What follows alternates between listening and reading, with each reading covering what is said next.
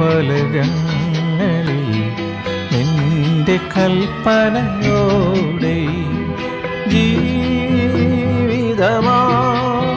സീനായി മാമലയിൽ എരുത്തി ചെടിയായി വളരേണമേ യഹോവേ. എൻ മനോഫലകങ്ങളിൽ നിന്റെ കൽപ്പനയോടെ ജീവിതമാ സീനായി മാമലയിൽ എരുത്തി ചെടിയായി വളരേണമേ യഹോവേ.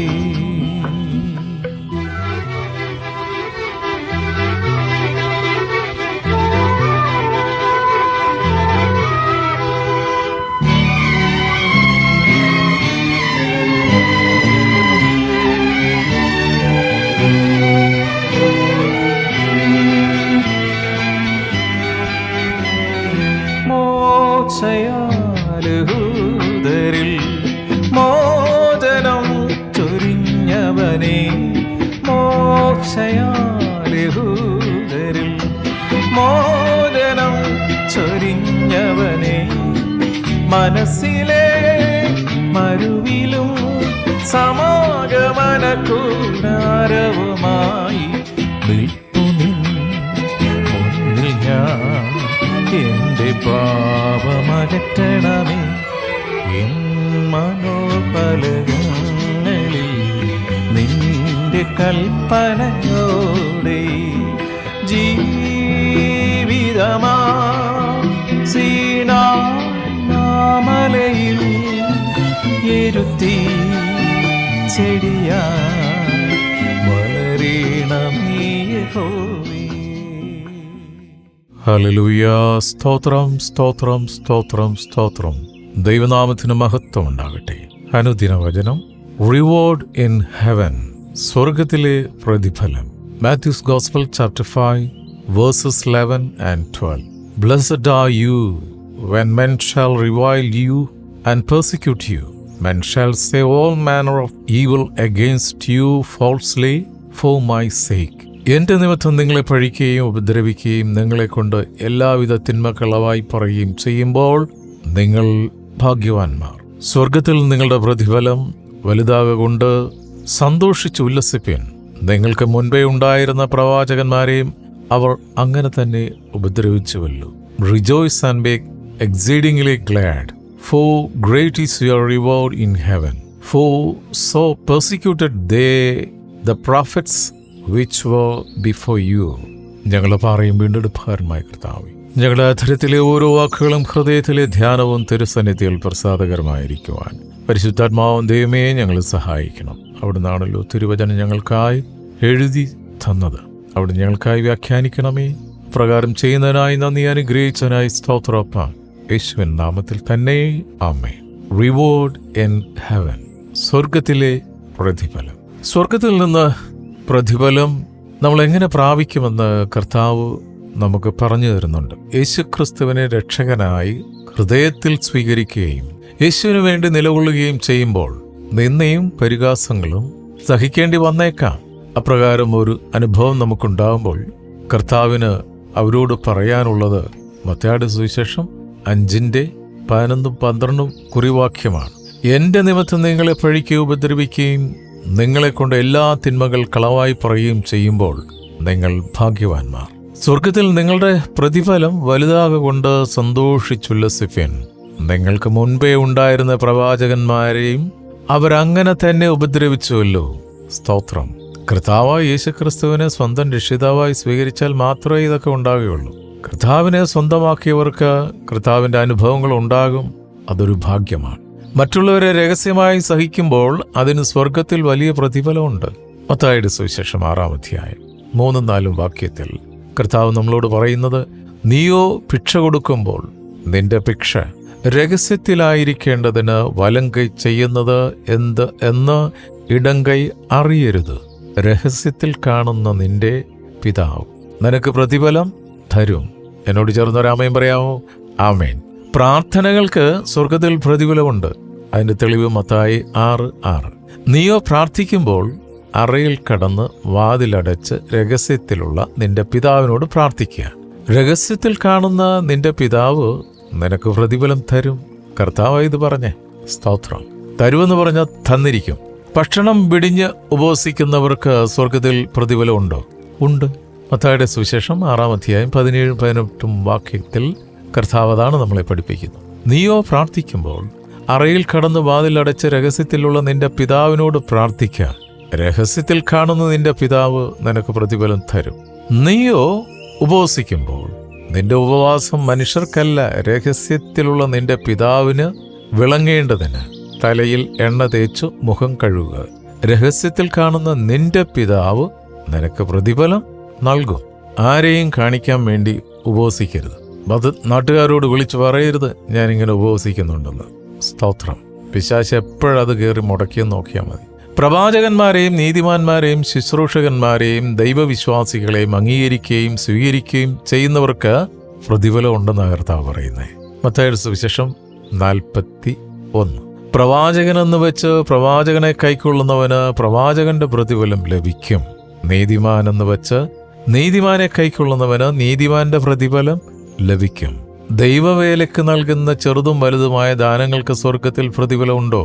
ഉണ്ട്. കർത്താവ് മത്തായി 10:42 അപ്രകാരം നമ്മളോട് പറയുന്നത്, ശിഷ്യനെന്ന് വെച്ച് ഈ ചെറിയവരിൽ ഒരുത്തന് ഒരു പാനപാത്രം തണ്ണീർ മാത്രം കുടിപ്പാൻ കൊടുക്കുന്നവന് പ്രതിഫലം കിട്ടാതെ പോകുകയില്ല എന്ന് ഞാൻ സത്യമായിട്ട് നിങ്ങളോട് പറയുന്നു. സ്തോത്രം. ഒരു ഗ്ലാസ് ചായ ആയാലും വെള്ളമായാലും അത് സന്തോഷത്തോടെ കൊടുക്കണം. ചായ കൊടുക്കുമ്പോൾ പ്രത്യേകം സൂക്ഷിക്കണം. പകുതി പതയും പകുതി ചായമായിട്ട് കൊടുക്കരുത്. ഫുൾ ചായ, ഒരു ഗ്ലാസ് നിറയെ ചായ തന്നെ കൊടുക്കണം. സ്തോത്രം. സന്തോഷത്തോടെ കൊടുക്കണം. കൊടുക്കുന്നത് കർത്താവിനാണെന്ന് ഓർത്തോളൂ. നമ്മെ ഉപദ്രവിക്കുന്നവരോട് ക്ഷമിക്കുകയും അവരെ സ്നേഹിക്കുകയും ചെയ്യുമ്പോൾ സ്വർഗത്തിൽ പ്രതിഫലം ഉണ്ട് എന്ന് കർത്താവ് ലൂക്കോസിന്റെ സുവിശേഷം 6:35 നമ്മൾ സംസാരിക്കുകയാണ്. നിങ്ങളോ ശത്രുക്കളെ സ്നേഹിപ്പിൻ. നല്ലൊരു ശതമാനം ക്രിസ്ത്യാനികൾ വെറുപ്പും ശത്രുതയും ഉള്ളിൽ വെച്ചുകൊണ്ട് ഹല്ലേലൂയ സ്തോത്രമൊക്കെ പറയുന്നവരുണ്ട്.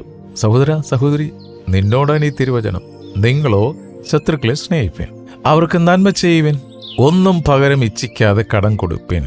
എന്നാൽ നിങ്ങളുടെ പ്രതിഫലം വളരെ ആകും, നിങ്ങൾ അത്യുന്നതന്റെ മക്കളാകും. Hallelujah, praise the Lord. അപ്പോൾ ഈ തിരുവചന പ്രകാരം നമ്മൾ അത്യുന്നതന്റെ മക്കളാണോ അതോ ഭൂമിയിലെ പത്രോസിന്റെ മക്കളാണോ എന്ന് ഈ ഒരു വചനം അനുസരിക്കുമ്പോൾ വ്യക്തമായി നമുക്കത് അറിയാൻ കഴിയും. ദൈവത്തിന് വേണ്ടി പ്രവർത്തിച്ചാൽ അതിനും സ്വർഗം പ്രതിഫലം തരും. നാം ഭൂമിയിൽ എന്ത് നിക്ഷേപിച്ചാലും അവയൊക്കെ ചാമ്പലാകുവേ. യെസ്. എന്നാൽ പൊന്നു വെള്ളി എന്നിവ തീയിലൂടെ പോയാലും ശോഭയോടെ പുറത്തു വരും. ദൈവത്തിന്റെ നാമമഹത്വത്തിനായി ചെയ്യുന്ന കാര്യങ്ങൾ എന്നും നിലനിൽക്കും. അതിന് സ്വർഗം പ്രതിഫലം നൽകും എന്ന് ദൈവത്തിന്റെ വചനം അടിവരയിട്ട് നമ്മൾ പഠിപ്പിക്കുകയാണ്. 1 കൊരിന്ത്യർ 3:11-14 വരെ. യേശുക്രിസ്തു എന്ന ഇട്ടിരിക്കുന്ന അടിസ്ഥാനമല്ലാതെ മറ്റൊന്നും ഇടുവാൻ ആർക്കും കഴിയുകയില്ല. അപ്പോൾ വളരെ വ്യക്തമായിട്ട് മനസ്സിലാക്കണം. പത്രോസാകുന്ന പാറമേലല്ല ദൈവത്തിന്റെ സഭയുടെ അടിസ്ഥാനം. യേശുക്രിസ്തു എന്ന ഇട്ടിരിക്കുന്ന അടിസ്ഥാനമല്ലാതെ മറ്റൊന്നും ഇടുവാൻ ആർക്കും കഴിയില്ല. ആ അടിസ്ഥാനത്തിന്മേൽ ആരെങ്കിലും പൊന്നുവെള്ളി വിലയേറിയ കല്ല്, മരം, പുല്ല്, വൈക്കോൽ എന്നിവ പണിയുന്നു എങ്കിൽ അവനവന്റെ പ്രവൃത്തി വെളിപ്പെട്ടു വരും. ആ ദിവസം അതിനെ തെളിവാക്കും. അത് തീയോടെ വെളിപ്പെട്ടു വരും. ഓരോരുത്തന്റെ പ്രവൃത്തി ഇന്ന വിധം എന്ന് തീ തന്നെ ശോധന ചെയ്യും. ഒരുത്തൻ പണിത പ്രവൃത്തി നിലനിൽക്കും എങ്കിൽ അവന് പ്രതിഫലം കിട്ടും. ചേർന്നൊരാമേൻ പറയാം. ആമേൻ. ഇനി ദൈവത്തെ അന്വേഷിക്കുന്നവർക്ക് സ്വർഗത്തിൽ പ്രതിഫലം ഉണ്ടോ?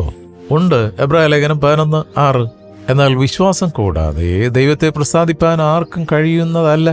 ദൈവത്തിന്റെ അടുക്കൽ വരുന്നവൻ ദൈവമുണ്ട് എന്നും തന്നെ അന്വേഷിക്കുന്നവർക്ക് പ്രതിഫലം കൊടുക്കുന്നു എന്നും വിശ്വസിക്കേണ്ടതല്ലയോ? ആമേൻ. ദൈവവചനം പ്രമാണിച്ച് മരണം വരെ ജീവിച്ചാൽ അതിന് വലിയ പ്രതിഫലം ദൈവം നമുക്ക് ഒരുക്കി വച്ചിട്ടുണ്ട്. എവിടെയാണ് ആ തെളിവ്? 19-ാം സങ്കീർത്തനം 10-11 വാക്യത്തിലുണ്ട്. അവ പൊന്നിലും വളരെ തങ്കത്തിലും ആഗ്രഹിക്കത്തക്കവ, തേനിലും തേൻകട്ടയിലും മധുരമുള്ളവ. അടിയനും അവയാൽ പ്രബോധനം ലഭിക്കുന്നു.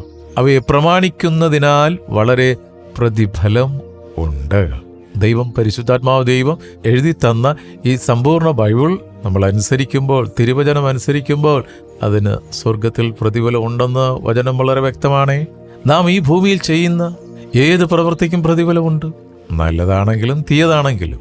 അതിനാൽ കർത്താവിനെ ഭയപ്പെട്ട് വചനം പ്രമാണിച്ച് നാം ജീവിക്കണം. കാരണം പ്രതിഫലം നൽകുവാൻ യേശു എത്രയും വേഗം സമാഗതനാകും. വിശ്വസിക്കുന്നുണ്ടോ കർത്താവ് വീണ്ടും വരുമെന്ന്? ഉണ്ടെങ്കിൽ ആരെ കൊണ്ടുപോകും? വചനമനുസരിച്ച് വിശുദ്ധ ജീവിതം നയിക്കുന്ന 5 ബുദ്ധിയുള്ള കന്യകളായി കൊണ്ടുപോകും. ബുദ്ധിയില്ലാത്തവരുടെ കൂടെയാണോ ബുദ്ധിയുള്ളവരുടെ കൂടെയാണോ? സ്വയം തീരുമാനിക്കുക. വെളിപ്പാട് പുസ്തകം നമ്മളെ പഠിപ്പിക്കുന്നത് 22:12. ഇതാ ഞാൻ വേഗം വരുന്നു, ഓരോരുത്തനവനവന്റെ പ്രവൃത്തിക്ക് തക്കവണ്ണം കൊടുപ്പാൻ പ്രതിഫലം എൻ്റെ പക്കലുണ്ട്. ഹല്ലേലൂയ. അതുകൊണ്ട് കർത്താവ് കൊടുക്കാനുള്ള പ്രതിഫലം കർത്താവ് കൊടുക്കും. അതിനു മുമ്പ് കാശ് മുടക്കി പ്രതിഫലമൊക്കെ കൊടുത്തിട്ട് മുകളിലോട്ട് ആരും കയറ്റി വിടരുത്. അത് കർത്താവിൻ്റെ പ്രവൃത്തിയാണ്. പ്രിയമക്കളെ, ദൈവകൽപ്പന പാലിച്ച് ജീവിക്കാം. അങ്ങനെ ദൈവം നമുക്കായി ഒരുക്കി വച്ചിരിക്കുന്ന മഹാപ്രതിഫലം പ്രാപിപ്പാൻ കാത്തിരിക്കാം. ഈ പ്രത്യാശയോടെ നമുക്ക് പ്രാർത്ഥിക്കാം. ഹല്ലേലൂയ. സ്തോത്രം, സ്തോത്രം, സ്തോത്രം, സ്തോത്രം. സ്നേഹവാനായ പിതാവേ, അവിടുത്തെ പുത്രൻ മുഖാന്തരം ഞങ്ങൾക്ക് തന്ന വിടുതലിനായി, സൗഖ്യത്തിനായി, സ്വാതന്ത്ര്യത്തിനായി നന്ദി പറയുന്നു. അപ്പാ, ഞങ്ങൾ അവിടുത്തെ പുത്രന്റെ നാമത്തിൽ ചോദിക്കുന്ന ഓരോ പ്രാർത്ഥനകൾക്കും അവിടുന്ന് എപ്പോഴും മറുപടി തരുന്നതിനായി സ്തോത്രം ചെയ്യുന്നു. ഇന്ന് തിരുവചനം ശ്രവിച്ച ഓരോ മക്കളെയും തിരുക്കരങ്ങളിൽ സമർപ്പിച്ച് പ്രാർത്ഥിക്കുന്നു. കുടുംബമായി ഞങ്ങളെ സമർപ്പിക്കുന്നു. ഞങ്ങൾ ഓരോരുത്തരും ചേർന്ന് നിൽക്കുന്ന കൂട്ടായ്മയെ ഓർത്ത് പ്രാർത്ഥിക്കുന്നു. ഞങ്ങൾ കർത്താവേ, സ്തോത്രം ചെയ്യുന്ന ഓരോ പ്രവൃത്തിക്കും സ്വർഗം പ്രതിഫലം തരുന്നതിനായി നന്ദി പറയുന്നു. ഈ ഭൂമിയിൽ നശിച്ചു പോകുന്ന വസ്തുക്കളുടെ പുറകെ പോകാതെ നിത്യതയിൽ നിക്ഷേപം കരുതി വയ്ക്കുന്ന വിശുദ്ധ മക്കളായി ജീവിക്കുവാൻ ഞങ്ങളെ വചനം പഠിപ്പിക്കുന്നതിനായി സ്തോത്രം ചെയ്യുന്നു. ഞങ്ങളുടെ വയലുകളെ, ഞങ്ങളുടെ ഓഫീസുകളെ, ഞങ്ങളുടെ ബിസിനസ് മേഖലകളെ അവിടുന്ന് അനുഗ്രഹിച്ചിരിക്കാൻ സ്തോത്രം ചെയ്യുന്നു. ഞങ്ങളുടെ തലമുറകളെ അവിടുന്ന് അനുഗ്രഹിച്ചതിനായി നന്ദി പറയുന്നു. വാർദ്ധക്യത്തിലായിരിക്കുന്ന മാതാപിതാക്കളെ ഓർത്ത് പ്രാർത്ഥിക്കുന്നു. നിന്റെ ഉള്ളം കയ്യിൽ അവരെ താങ്ങുന്നതിനായി സ്തോത്രം. ദൂരത്തും ചാരത്തുമായി ജോലിക്കായി പഠനത്തിനായി പോയിരിക്കുന്ന ഞങ്ങളുടെ സഹോദരങ്ങളെ, ബന്ധുമിത്രാദികളെ, മക്കളെ എല്ലാവരെയും ഈ സമയത്തോർത്ത് പ്രാർത്ഥിക്കുന്നു. അവർ ആയിരിക്കുന്ന ഇടങ്ങളിൽ തേമേ നിന്റെ തിരുവുള്ളത്തിൽ അവരെ സൂക്ഷിക്കണമേ കർത്താവേ. ഹല്ലേലൂയ. സ്വർഗത്തിൽ നിക്ഷേപം കരുതുന്ന വിശുദ്ധ മക്കളായി ജീവിക്കാൻ അവരെ ഓരോരുത്തരെയും സഹായിക്കണം. ഞങ്ങളുടെ മാതൃരാജ്യം ഇന്ത്യ അനുഗ്രഹിക്കണം. എല്ലാ സംസ്ഥാനങ്ങളെയും അവിടുന്ന് അനുഗ്രഹിക്കണമേ. ഇന്നത്തെ ദിനത്തിനായി സ്തോത്രം ചെയ്യുന്നു. ഇന്നത്തെ ഞങ്ങളുടെ എല്ലാ പ്രവൃത്തികളെയും അവിടുന്ന് അനുഗ്രഹിച്ചിരിക്കാൻ നന്ദി പറയുന്നു. പ്രാർത്ഥനയും യാചനയും കേട്ടിരിക്കാൻ നന്ദിയപ്പ. യേശുവിൻ നാമത്തിൽ തന്നെ. ആമേൻ, ആമേൻ, ആമേൻ.